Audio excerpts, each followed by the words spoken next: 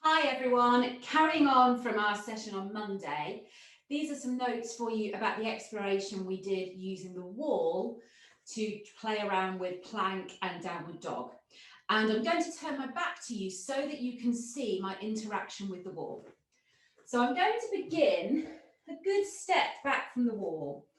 And I'm going to take a few breaths here, settle the shoulders, get my feet nice and comfortable. You might decide you want them hip width, maybe a bit closer, maybe a bit further away. And I'm going to check that I'm really using all my toes to connect with the floor.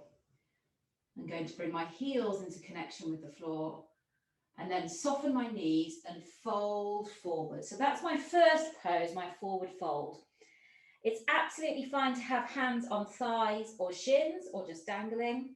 If you do bring your hands to the floor, check that they're not weight bearing.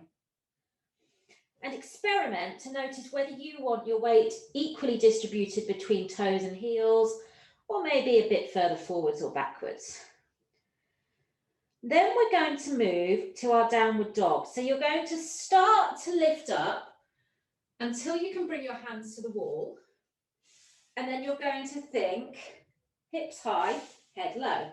So play around with where you want your hands on the wall. It may be that you start off taking the hands a bit higher and then lower them down.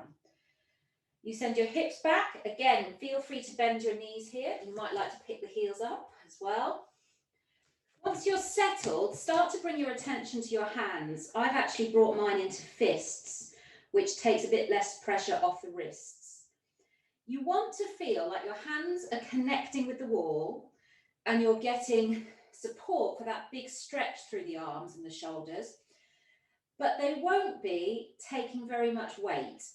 And for a lot of us, that's much more comfortable than having our hands on the floor or on blocks. So play around. You might find that you can actually bring the hands quite low or quite high. When you're ready to move to plank, you're going to walk your hands up and you'll start to push your hips forward and your shoulders forward until you end up with your hands at about shoulder height. And you should now be on a tilt where your heels are far back and picked up off the floor possibly. You may have soft knees. Your hips will be further forward than your feet and your shoulders will be closer to the wall than your hips are. Once you're there, this is your plank pose. And again, if it's uncomfortable for the wrists, you could bring fists to the wall, or you could step a bit closer and do a forearm plank. That's absolutely fine. Have a play around and see which version works for you. When you're ready to leave the pose, you just walk in. If that plank option does feel overwhelming for you, start right at the wall and just rest your hands on the wall and take one step back. And then the next day you take 2 steps back. And gradually you get to the point where you're in that plank pose that we had earlier. I think I could probably take one more step there.